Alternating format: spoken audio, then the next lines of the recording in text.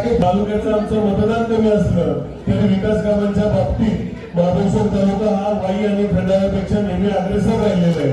आज आम्ही फक्त बघितलं की आता ह्या पूर्व भागामध्ये म्हणजे जिल्हा परिषद गटामध्ये जवळजवळ आबांच्या प्रयत्नातून गेल्या वर्षी 73 कोटीचा निधी हा मंजूर झाला, त्याची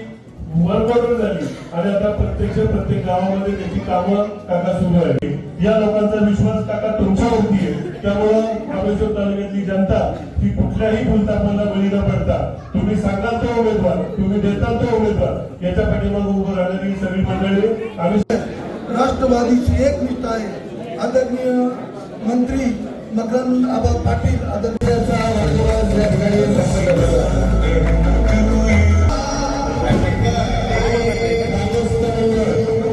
पद्धतीचं दादांच्याच तालमीमध्ये तयार झालेली ही त्यांची सगळी तरुण पिढी जी आहे ती दादांच्याच पावलावर पाऊल टाकून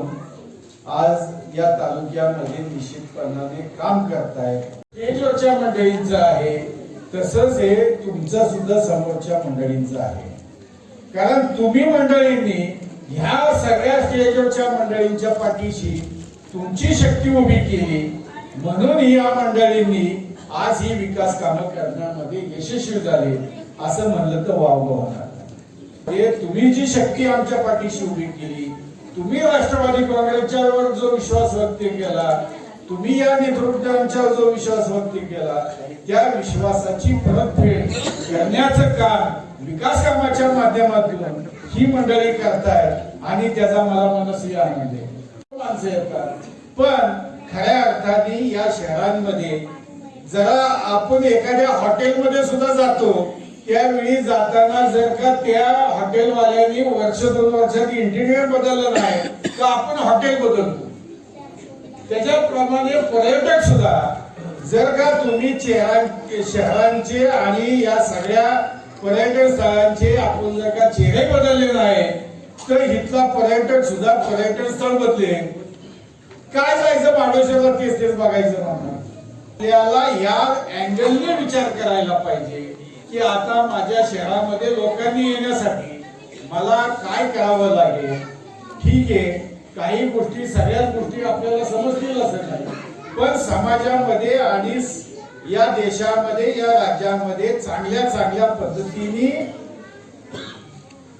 कल्पना करणारे हे आर्किटेक्ट आहेत, डिझाईन करणारे आर्किटेक्ट आहेत, काही या क्षेत्रातली नामवंत मंडळी आहेत की जे आपल्या आहे त्या नैसर्गिक सौंदर्याचा त्याला कुठेही हानी न पोचवता आपल्याला शहरामध्ये आणि ग्रामीण भागामध्ये काय करता येईल यासाठी आपल्याला यातली चांगली मंडळी आणावी लागतील आणि त्यांच्या माध्यमातून जी काही आपल्याला काही योजना कराव्या लागतील की जेणेकरून इथं पर्यटक हा कायमस्वरूपी आकर्षित होईल अशा स्वरूपाचा आपल्याला योजना कराव्या लागतील. त्याचबरोबर नुसतं महाबळेश्वर आणि पाचगणी हे आपल्याला टार्गेट न ठेवता हा पर्यटक हा ग्रामीण भागामध्ये सुद्धा एखाद्या दिवसासाठी त्याचा